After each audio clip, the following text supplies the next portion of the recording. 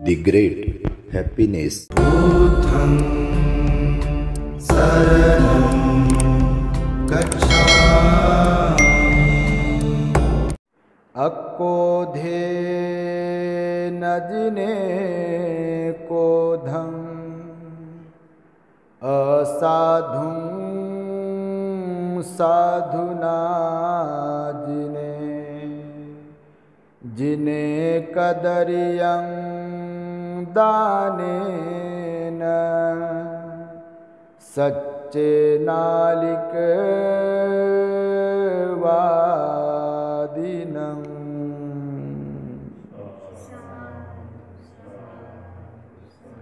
संपूर्ण विश्वाला ज्यांनी सुख, शांती, मानवता तथा दुःख मुक्तीचा आर्य संदेश दिला, असे ते दुःख मुक्तीचे मार्गदाता, दुःखमुक्त महामानव, महान कारुणिक तथागत भगवान सम्यक संबुद्ध तथागतांनी आपल्या शुद्ध प्रज्ञेतून निर्मिलेला सद्धम्म आणि त्यात सद्धम्माचा गेली 2500 वर्षांपासून सातत्याने अहोरात्र प्रचार आणि प्रसार करणारा पूजनीय भिक्खू संघ, ज्यांच्या महान आणि असीम त्याग प्रभावामुळे आपल्याला जो हा अनमोल असा बुद्ध धम्म लाभला आणि ज्यांच्यामुळे आपल्याला हे एवढे मोठे वैभव प्राप्त झाले, असे महान युग प्रवर्तक, भारतीय राज्यघटनेचे शिल्पकार, परमपूज्य बोधिसत्व डॉक्टर बाबासाहेब आंबेडकर या महान अशा रत्नांना प्रथमतः त्रिवार अभिवादन करून आज या वर्षावास पर्वातील महान मंगलमय दिनी उपरवट परिवार आणि राणे परिवारातील आयुष्यमती धम्म उपासिका रोशनीताई प्रशांत राणे यांच्या गर्भमंगल धम्म संस्काराच्या निमित्ताने आपल्या परिवारामध्ये आज उपरवट परिवारामध्ये भंतेजींना सन्मानपूर्वक निमंत्रित करून त्यांना भोजन आदी दान देऊन त्यांच्याकडून आत्ताच आपण मंगलमैत्री बुद्ध पूजा श्रवण केली आहे आणि आता आपणा सर्वांच्या दुःखमुक्तीकरिता ही धम्मदेशना आपण श्रवण करणार आहात। तेव्हा या कार्यक्रमासाठी उपस्थित असलेले राणे आई बाबा, उपरवट आई बाबा आणि श्रद्धावान धम्म उपासक सातदिवे साहेब तथा तुम्हा सर्वांच्या प्रती, तद्वतच दी ग्रेट हॅपीनेस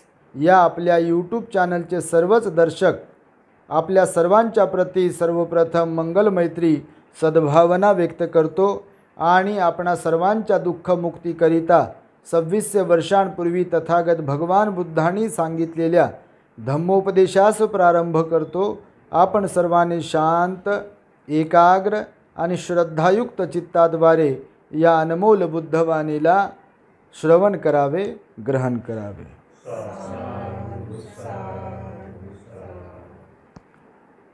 मानवी जीवन जगत असताना या जीवनाला परिपूर्ण करण्यासाठी भगवान बुद्धांनी अनेक ठिकाणी राहून वैविध्यपूर्ण उपदेश दिलेले आहेत आणि वेगवेगळ्या विषयांवरती भगवान बुद्धांनी उपदेश दिलेले आहेत।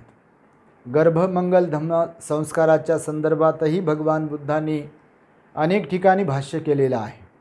तेव्हा आज आपण पाहूया, खरं तर प्रत्येक महिन्यात आपण हा गर्भमंगल धम्मसंस्काराचा कार्यक्रम संपन्न करतो आहे, तर त्या संदर्भामध्ये आपल्याला बरीच माहिती मिळालेली आहे। आपल्या चॅनलवरती तशी माहिती उपलब्धही आहे।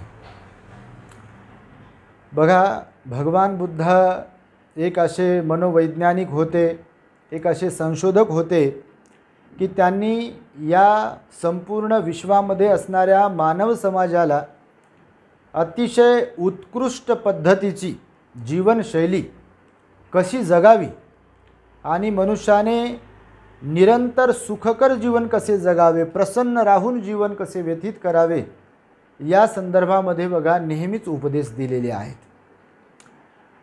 भगवान बुद्धांनी प्रकृतीचे जे नियम आहेत, ह्या निसर्गाशी संलग्न संबंधित असलेले जे नियम आहेत तेच मनुष्यासाठी सांगितलेले आहेत। कारण भगवान म्हणाले की मनुष्यसुद्धा निसर्गाचा एक घटक आहे आणि त्यामुळे ह्या प्रकृतीच्या ज्या कोणत्या नियमांना भगवान बुद्ध सांगत राहिले त्याचा आणि मनुष्य जीवनाचा कसा संबंध आहे हे भगवंताने प्रूव्ह करून दिलेलं आहे. तर मी आज आपणास सांगेल की भगवान बुद्ध म्हणाले बघा, या प्रकृतीचे सदा सर्व काळासाठी काही नियम आहेत. त्यापैकी 2-3 नियम भगवान बुद्धांनी सांगितले की जे मनुष्याशी कसे संबंधित आहेत. म्हणजे जसा प्रकृतीमध्ये बदल होतो तसाच बदल मनुष्याच्या स्वभावामध्ये पण होतो. जसं या नेचरचं या प्रकृतीचं एक स्वतंत्र असा स्वभाव त्याला म्हणू शकतो आपण आहे, तसाच मनुष्याचा पण एक स्वभाव बनलेला आहे. तर भगवान बुद्ध म्हणाले बघा, प्रकृतीचा कोणता नियम असतो मनुष्यामध्ये. तर भगवान म्हणाले की समजा एखादी शेती आहे किंवा जंगल आहे, तर त्या जंगलामध्ये किंवा एखाद्या शेतीमध्ये, शेतीचं उदाहरण दिलं भगवंताने हे सांगत असताना की जर एखाद्या शेतकऱ्याने शेतीमध्ये धान्य पीक पेरलं नाही तर काय होते, तिथे गवत उगवते ऑटोमॅटिकली.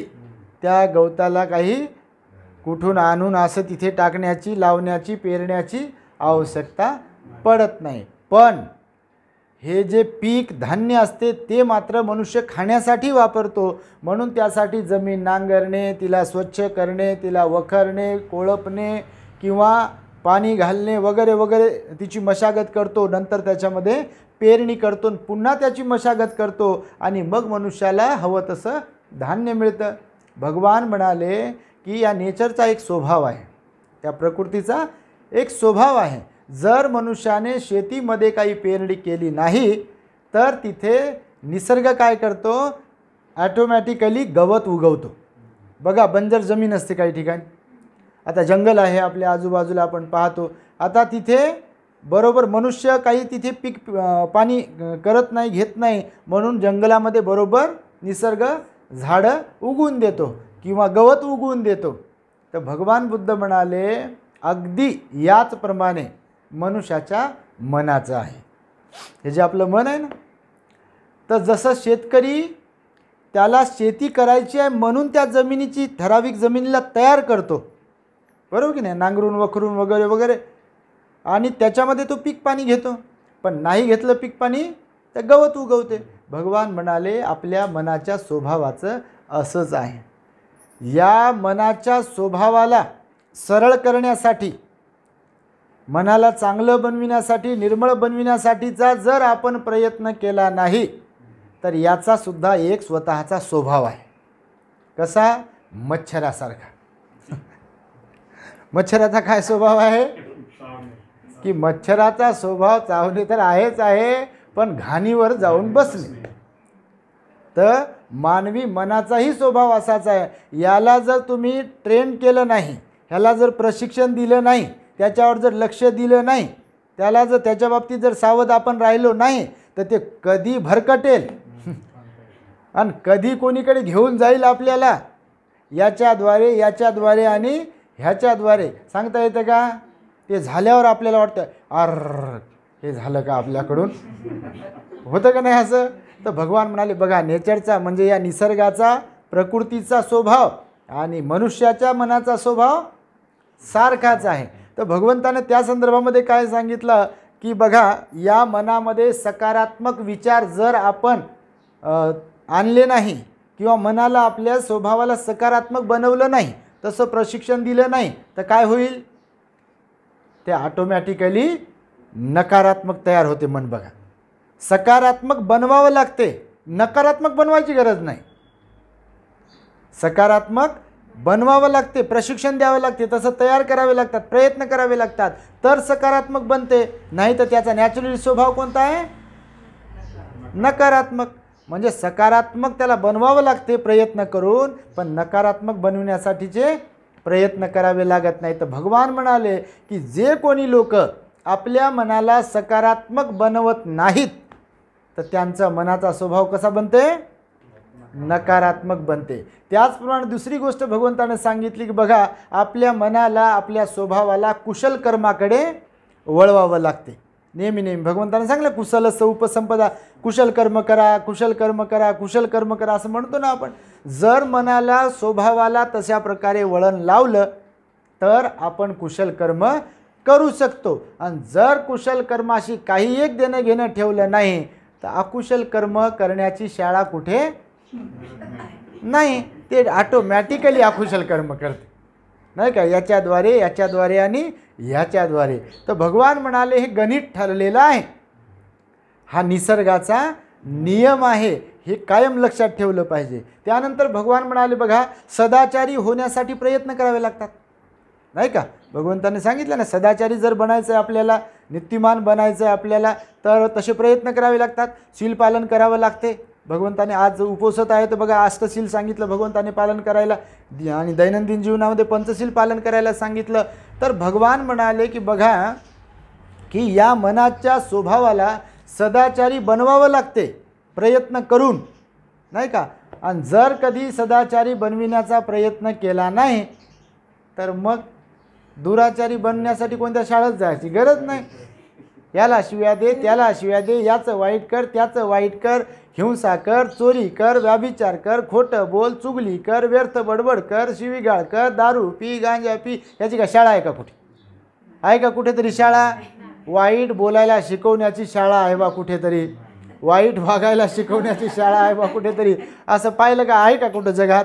कुठंच नाही. का तर मनाचा नॅचरल स्वभाव आहे, नैसर्गिक स्वभाव आहे या प्रकृतीसारखा, की त्याला जर काही शिकवलं नाही, त्याला जर लगाम लावला नाही तर ते बरोबर इकडं तिकडे कुठे कुठे भरकटते आणि आपल्याला कुठे गड्ड्यात घेऊन जाते आणि तिथं नेऊन फेकून देते आणि मग आपले डोळे उघडतात आणि तेव्हा वेळ निघून गेलेली असते म्हणाले भगवान बुद्ध. तर असा मनाचा स्वभाव आहे. त्यानंतर बघा भगवंताने ह्याला धरून सांगितलं की आपल्याला सत्य बोलायला मनाला तसं तयार करावं लागतं. बघा रोज आपण म्हणतो मुसावादा वेरमणी सिक्खापदं समादियामी नाही का.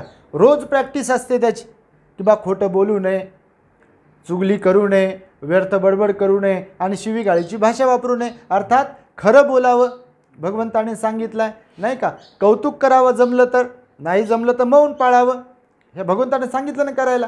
भगवान म्हणाले जर मनाला सत्य बोलण्यासाठी, खरं बोलण्यासाठी आणि मुसावादा वेरमणीचं पालन करण्यासाठीचं वळण लावलं नाही तर ऑटोमॅटिकली ते असत्य आणि खोटं बोलायला लागते. बघा ज्यांना काहीच माहीत नाही मुसावादा वेरमणीबद्दल किंवा ज्यांना माहीत पण आहे पण लोक खोटं बोलतात का नाही?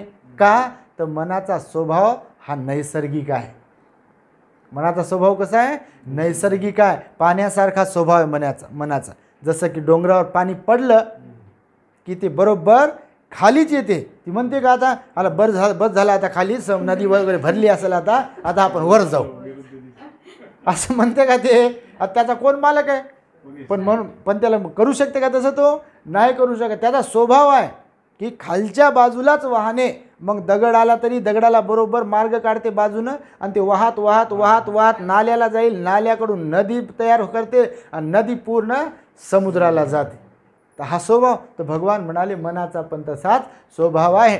जसं एखादं जानवर असते, गाय म्हैस नाही का, गावाकडे आपण पाहतो त्या गाईला म्हशीला ती व्यसन लावतातच.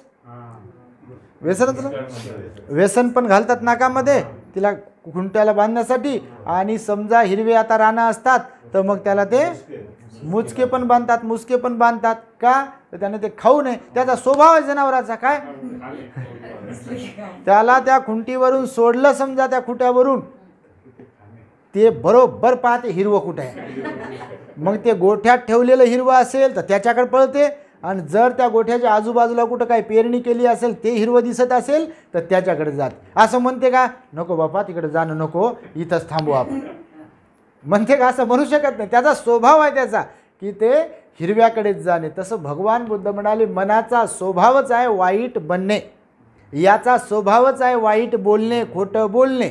लक्षामध्ये संपूर्ण शरीराचा मनाचा रागवत राहणे, चिडत राहणे, मारामारी करणे, याचं वाईट करणे, त्याचं वाईट करणे, कुणाला मदत न करणे, एकदम वाईट वर्तन ठेवणे, असा मनाचा नैसर्गिक स्वभाव आहे. भगवान म्हणाले म्हणून प्रकृतीशी आणि मनाशी एक काय म्हणतो साम्य आहे त्याच्यामध्ये, सारखेपण आहे ना. आणि त्याच्यामुळे भगवंताने सांगितलं की प्रकृतीचा एक पहिला नियम कोणता, तर हा आहे की प्रकृती जर जंगलामध्ये शेतीमध्ये पेरणी केली नाही तर तिथं जसं गवत उगवते, बरोबर आहे, मनाचंही तसंच आहे. त्याला जर चांगलं वळण लावलं नाही हेतुपुरस्सर आपण, तर ॲटोमॅटिकली त्याच्यामध्ये अवगुण तयार होतात. म्हणून जे आपण म्हणतो ना धम्माचं आचरण केलं पाहिजे, शील पालन केलं पाहिजे वगैरे वगैरे, पुन्हा पुन्हा जे सांगितले जाते ते यासाठीच. कारण मन वडाय वडाय उभ्या पिकातल ढोर ना, हे गाणं आहे ना बहिणाबाई चौधरीचं, कविता आहे ना. तर हे मनाशी संबंधित भगवंताने धम्मपदात पहिलीच गाथा सांगितली, मनोपुब्बंगमादमा. मन हे मुख्य आहे आणि ते मनोमय आहे म्हणाले भगवान बुद्ध. कोणता शब्द वापरला, मनोमय. तर मनोमय म्हणजे काय, त्याला वाटेल तसंच ते वागते. आपल्याला झोपायचं तर झोपवते, आपल्याला बसल्या बसल्या झोपवते, आपल्याला उठवायचं तर उठवते ते. बघा तुम्ही मनावर ठरवते, लाख लोक उठवत असतील आपल्याला, पण आपलं मन जर म्हटलं 5 मिनिटं झोप जाऊ देते, मम्मी ओरडत राहील, पप्पा ओरडत राहतील, बायको ओरडत राहील, नवरा ओरडत राहील, आपल्याला झोपायचं आहे, आपला कोण मालक आहे, तर आपण उठू शकतो का, नाही उठू शकत. आपल्या मनानं सांगितलं 12 वाजले हो कुठेतरी जायचं आहे, झोपेत असताना उठते, उठू शकतो की नाही आपण.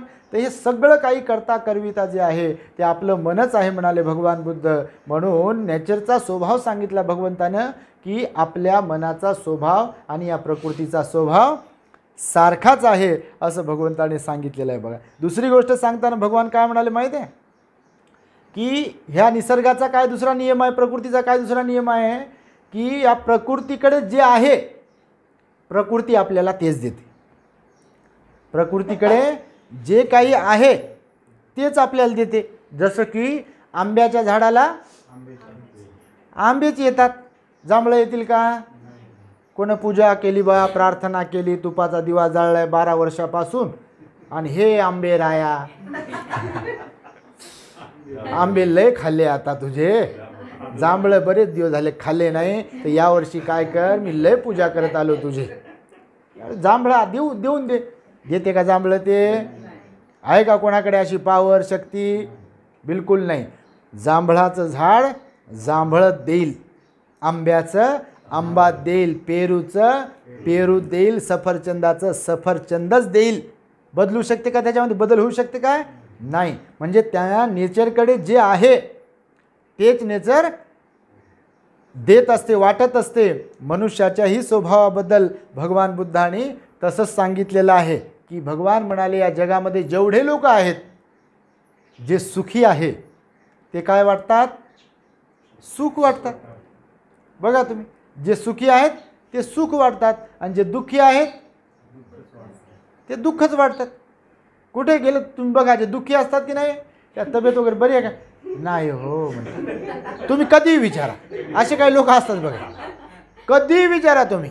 म्हणजे एकदम टकाटक जरी असले तर हे सवय लागते याला, बोलण्याची वागण्याची कोणत्याही बाबतीत याला सवय लागते. हे सवयी करून घेते, हे सवयी करून घेते. आणि बरोबर मग त्यांना कधी विचारा, तब्येत एकदम ठणठण असली तरी पण तब्येत कशी आहे, ते पुन्हा म्हणते असं काहीतरी करते, ते तब्येत बरी नाही म्हणते, काय करावं म्हणते. तर भगवान बुद्धाने सांगितलं जे दुःखी आहे ना ते दुःखच देते. असे काही लोक असतात बघा, कंप्लेन मोडवाले. मी नेहमी सांगतो कंप्लेनच करतील, जे काही झालं ते कंप्लेन करतील तिथे. म्हणजे कंप्लेन मोड म्हणजे त्याला काय म्हणू, तक्रारीचा मोड. जेव्हा पाहावं तेव्हा तक्रारीचा. काही लोक असे असतात की दुःखी जरी असले तरी ते मनानं सुखी असतात, तर ते काय वाटतात मग, सुखच वाटतात. भगवान बुद्ध म्हणाले शरीर तर दुःखी होणारच आहे ना, शरीर तर दुःखी होणारच आहे, त्याचा स्वभाव आहे, परंतु तरीसुद्धा मनाने मात्र दुःखी होता कामा नये म्हणाले भगवान बुद्ध. मन सुखी असायला पाहिजे. शरीर जरी दुःखी असले तरी मन सुखी असायला पाहिजे. मन सुखी असेल तर शरीराला जे दुःख होते त्यालाही ते सुखात कन्वर्ट करू शकते. एवढी पॉवर मनात आहे. भगवान बुद्ध म्हणाले या जगामध्ये सर्वात पॉवरफुल जर काय असेल, सर्वात ताकदवर जर काय असेल, सर्वात बलशाली जर काय असेल, सर्वात वेगवान जर काय असेल तर ते आहे आपलं मन. मना एवढं वेगवान, मना एवढं बलशाली, ताकदवर, शक्तिशाली दुसरी कोणतीच गोष्ट नाही. कोणता प्राणी नाही ना, कोणतं यंत्र नाही ना, काहीच नाही, बिलकुल नाही. बघा तुम्ही त्याचं एक प्रचिती तुम्हाला सांगेल मी. समजा आपण आता इथे बसलो, आपण बुद्धगयेला जाऊन आलेलो आहे. समजा डोळे बंद करा, बुद्धगया म्हणा, डायरेक्ट भगवंताच्या समोर नेऊन जाईल, सोडते म्हणजे म्हणतानाच नेलं आपल्याला तिथं. बघा तुम्हाला नेलं का नाही? आपण तर जाऊन आलो, लय दिवस झाले समजा, पण बुद्धगया म्हटल्याबरोबर आपलं मन म्हणतानाच बुद्धगया शब्द गेलंय तिथं, भगवंताच्या समोर वंदन करणं सुरू आहे. कोण ताकदवर आहे? विमान ताकदवर आहे की मन ताकदवर आहे का नाही? तर भगवान म्हणाले मन ताकदवर आहे. आत्ता बघा कोणती गोष्ट, आता आम्ही औरंगाबादवरून आलो समजा, नाही का, रस्त्यानं आलो, सकाळी उठलो, सील दिलं वगैरे. आता भंतेजी आहे समजा, आपले मोठे भंतेजी ते, तर नाव काढलं, गेलं मन आमचं भंतेजीकडे. तुम्ही कुणाचं नाव काढा, कोणत्या वस्तूचं नाव काढा, गावाचं नाव काढा, शहराचं नाव काढा, काहीही आठवा, तुम्हाला बरोबर ते दिसते का नाही? ॲक्च्युली आपल्या समोर नसते ते, पण ते बरोबर मन तिथे जाते म्हणतानाच. तर काय वेगवान आहे? सर्वात जलद काय आहे? फास्ट काय आहे? मन आहे. आणि म्हणून भगवान बुद्ध काय म्हणाले की ज्यांच्याकडे जे आहे, लोक जगाला तेच वाटत असतात. ज्यांच्याकडे शील सदाचार आहे, लोक जगाला शील सदाचारच वाटतात. बघा, जे शीलवान लोक आहे, इज्जतदार लोक आहे, ते बघा नेहमीच विनम्र राहतील, शीलवान राहतील. आणि जे दुराचारी आहे ते दुराचार वाटतात. तर भगवंतानं सांगितलं की हा निसर्गाचा दुसरा नियम आहे, की निसर्गाकडे जे आहे ना, तर निसर्ग तोच वाटतो, तेच देतो. मनुष्याच्याही स्वभावाचं असंच आहे की मनुष्याकडे त्याचा स्वभाव जसा असेल तसा तो जगाला ट्रीट करत असतो, जगाला तो देत असतो. हा दुसरा नियम समजला. तिसरा नियम सांगितला बघा, भगवान म्हणाले की कर्मामुळे आपल्याला जे म्हणून काही प्राप्त झालं आहे ते आपल्याला पचवता आलं पाहिजे. ही तिसरी गोष्ट अत्यंत महत्त्वाची आहे. भगवान म्हणाले आपल्याला जे म्हणून काही प्राप्त झालं आहे, कशामुळे प्राप्त होते? कर्मामुळे प्राप्त होते. आपले कर्मसिद्धांत सांगितला ना भगवंताने. इथे काही सहजासहजी किंवा ॲटोमॅटिकली थोडी काही प्राप्त झालं आहे आपल्याला. आता हा मनुष्य देह जो प्राप्त झाला, 31 भूमीपैकी आपण एका मनुष्य भूमीत आलो ना, जी सर्वश्रेष्ठ भूमी आहे भगवंताने सांगितलेली. तर हे काय सहजच मिळालं असेल काय? आता सर्वसामान्याला अभ्यास नाही म्हणून ती गोष्ट वेगळी, परंतु मनुष्य भूमी मिळण्यासाठी भगवान म्हणाले असंख्य पुण्यकर्म करावे लागतात, तेव्हा ही मनुष्याची भूमी आपल्याला प्राप्त होते. तर भगवान बुद्धांनी सांगितलं बघा की भोजन जर पचले नाही तर रोग निर्माण करते. भोजन जर पचले नाही तर काय होते? रोग निर्माण करते. आणि पैसा जर पचला नाही तर देखावा निर्माण करते. एक एक गोष्ट बघा कशी तुलनात्मक सांगितली भगवंताने. हो, खरंच बघा तुम्ही, भोजन जर पचलं नाही तर काय होते? रोग निर्माण होते, आजार निर्माण होते. पोटच दुखेल, करपट ढेकरच येतील, आंबट ढेकर येतील, ॲसिडिटी होईल किंवा अजून काय काय होईल सांगता येत नाही. आणि म्हणून तुम्हाला भगवंताने आपल्याला सांगितलेलं आहे की निसर्गाचा हा नियम आहे की आपल्याला जे म्हणून काही प्राप्त झालं आहे, समजा हे हातपाय प्राप्त झाले, तर जगामध्ये काही लोक आहे की त्यांना हातपाय नाही, तर आपल्याला पचवता आलं पाहिजे. हे हातपाय चांगल्या कामासाठी वापरले पाहिजे ना, मारामारीच्यासाठी वापरले नाही पाहिजे. कारण आपल्याला हातपाय दिले ना, काहींना दिलेच नाही हातपाय. आपल्याला डोळे दिले, चांगल्या कामासाठी वापरले पाहिजे.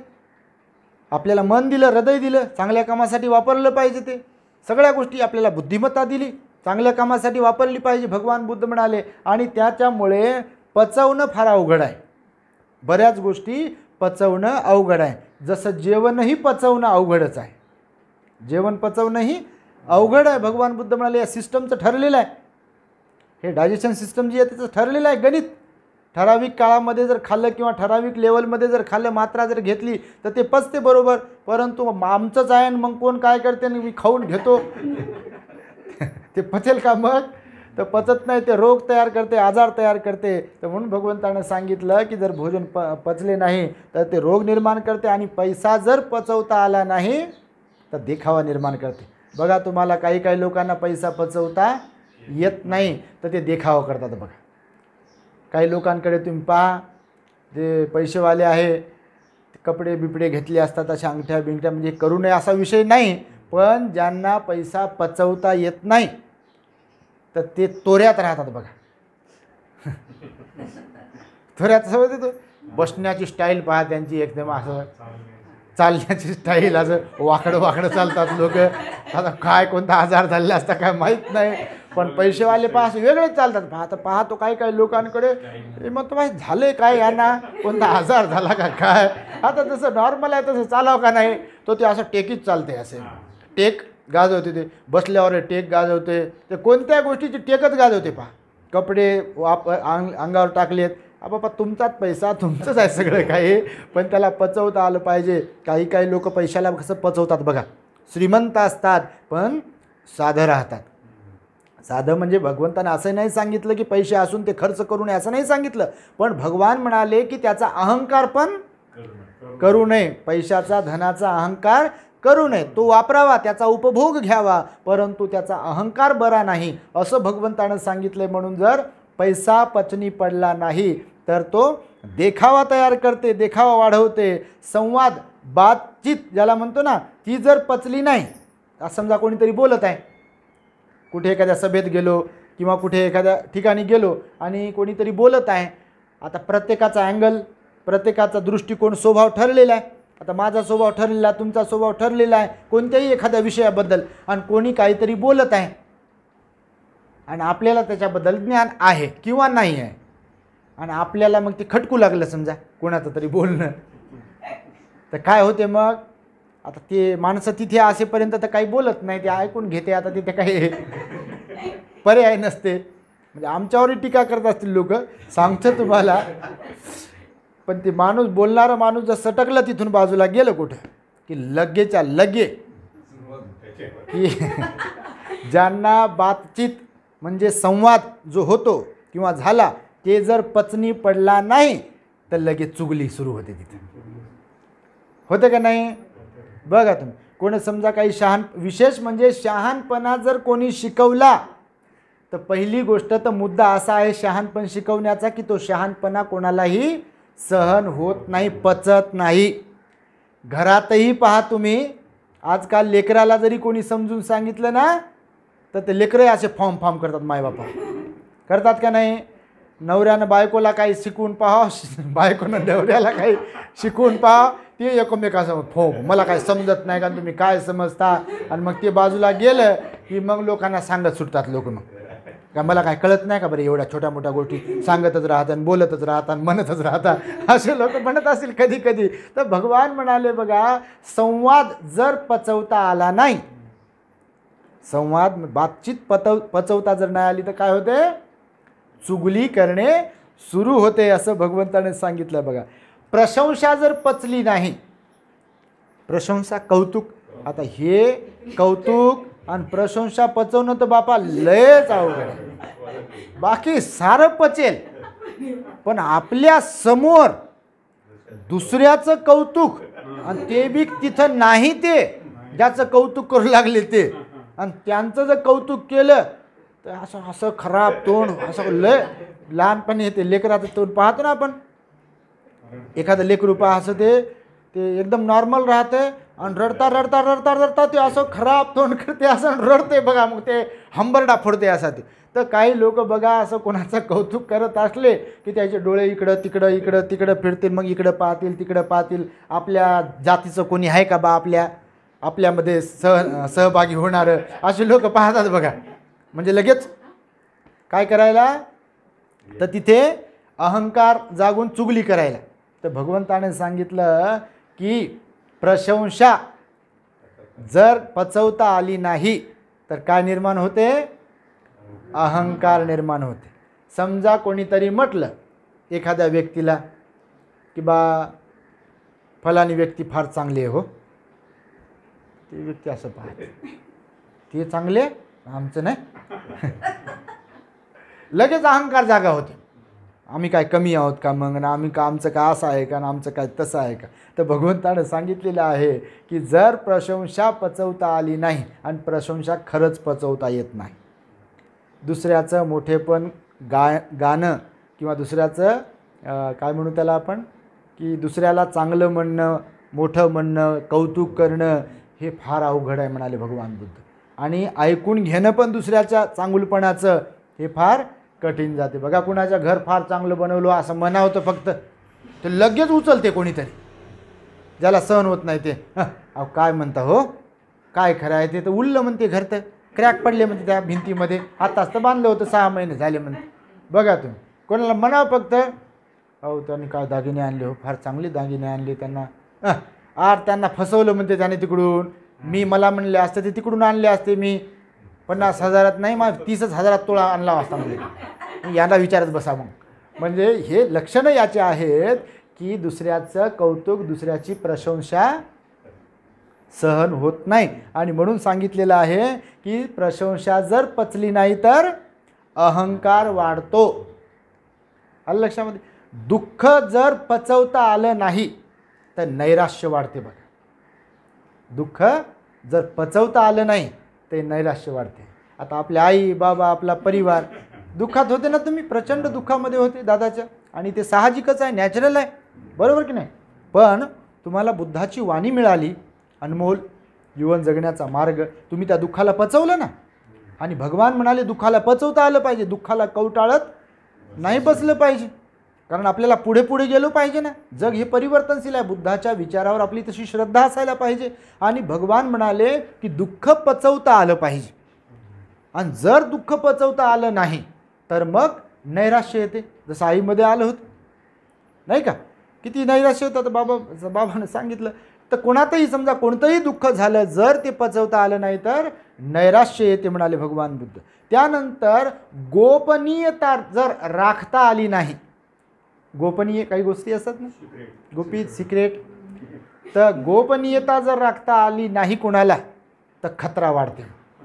म्हणून लोक म्हणतात ते प्रायव्हसी आहे म्हणतात, आमचं सिक्रेट आहे म्हणतात, ते गोपनीय आहे, गुपित आहे, ते सांगू शकत नाही. लोक भरोसा करत नाही का, तर जग भरोशाचं नाही. का जगाचा स्वभाव आहे ना की भरोसावालं जग नाही आहे. तर म्हणून सांगितलेलं आहे की जर गुपित गोपनीयता आपल्याला पचवता आली नाही की तिथे खतरा वाढते. मग वाढते ना खतरा, कारण जी गोपनीय गोष्ट आहे ती जर उघड केली तर खतरा वाढते ना, मग काही होऊ शकते, म्हणजे कोणत्याही बाबतीमध्ये. आणि त्यानंतर सांगितलेलं आहे बघा की दुःख, निराशा, टीका जर पचवता आली नाही. आता काही लोक समजा कोणी टीका केली आपल्यावरती, ती जर पचवता आली नाही तर दुश्मनी वाढते. बघा टीका पचवायला पण फार मोठी ताकद लागते, कारण टीका करतात ना, टीका पचवता आली पाहिजे, नाही तर दुश्मनकी वाढते. बाबासाहेबांवर लोक टीका करायचे बघा, त्या काळामध्ये प्रचंड टीका करायची, आजही करतात. बाबासाहेब जिवंत होते तेव्हाही टीका करायची खूप, पण बाबासाहेबांनी कुणाच्या तोंडाला तोंड दिलं नाही. आपल्याला जे करायचंय त्या ध्येयावर बाबासाहेबांनी एकनिष्ठ राहून आपलं ध्येय पूर्ण केलं, कोणाच्या नादी लागले नाही. खूप लोकांनी अडवणूक केली, खूप लोकांनी खालच्या थराला जाऊन टीका केली, ब्रिटिश धार्जिणे आहेत वगैरे वगैरे, पण कोणाला उत्तर देत बसले नाही, कारण बोधिसत्व होते. मूर्खाच्या कशी नादी लागतील.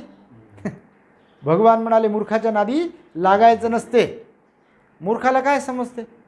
तर म्हणून मूर्खांच्या नादी लागलं की आपण आपलं संतुलन बिघडवतो. आणि म्हणून आपल्याला माहीत असायला पाहिजे की आपलं गणित बरोबर आहे की नाही, आपली गाडी बरोबर चालली आहे की नाही. आणि त्यामुळे टीका करणारे जे असतात, तर टीका जर आपल्याला कोणाची पचवता आली नाही तर दुश्मनकी वाढते असं सांगितलेलं आहे. आणि भगवान बुद्धांनी सांगितलं की सुख पचवता आलं नाही तर मग पाप वाढते.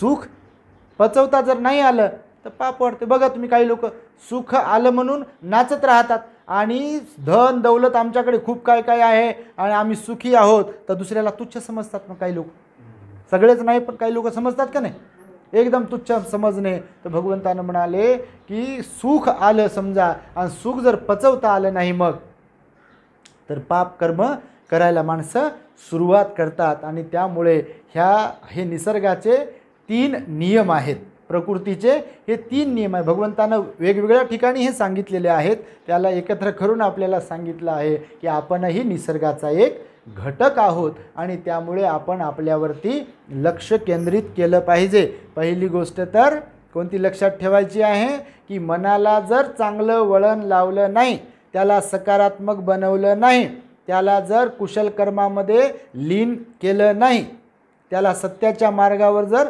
लावलं नाही, सदाचाराच्या मार्गावर जर लावलं नाही, तर ते काय करील?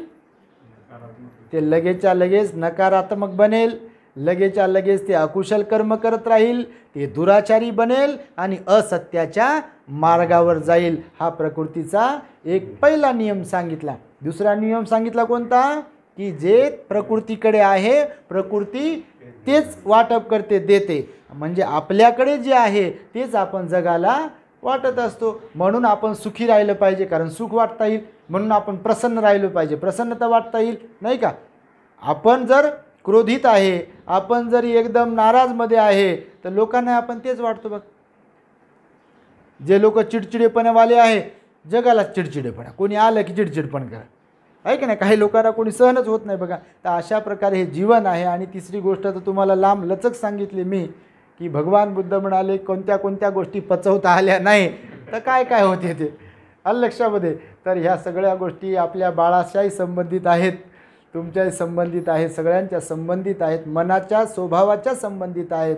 तर आपल्याला धम्म माहीत आहे, आपण श्रद्धावान आहात, आपण दानशूर आहात आणि बुद्ध धम्म संघावर आपली श्रद्धा आहे. निश्चितपणे ह्या भगवंताने सांगितलेल्या हे सकारात्मक बाजूवाले जे काही मनाच्या अवस्था आहेत, तसंच बाळाचं मन, तशा प्रकारच्या मनाचं बाळ, तशा प्रकारच्या स्वभावाचं बाळ, एक सुस्वभावी बाळ, एक सुसंस्कारी बाळ, गुणवान बाळ, मातापित्यांची सेवा करणारं बाळ, समाजाची सेवा करणारं बाळ, बुद्ध बाबासाहेबांच्या मार्गावर चालणारं बाळ, त्यांना अभिप्रेत असणारं बाळ आपल्या परिवारामध्ये, आपल्या भगिनी रोशनीताई आणि प्रशांत राणे यांच्या माध्यमातून राणे परिवारात, उपरोट परिवारात जन्मास यावे, अशी एक मंगल कामना व्यक्त करून मी माझ्या शब्दांना इथे पूर्णविराम देतो. भवतु सब मंगलं रक्षन्तु सब देवता सब बुद्धानुभावेन सदा सोथी भवन्तु ते. भवतु सब मंगलं रक्षन्तु सब देवता सब धम्मानुभावेन सदा सुखी भवन्तु ते. भवतु सब मंगलं रक्षन्तु सब देवता सब संघानुभावेन सदा सुखी भवन्तु ते.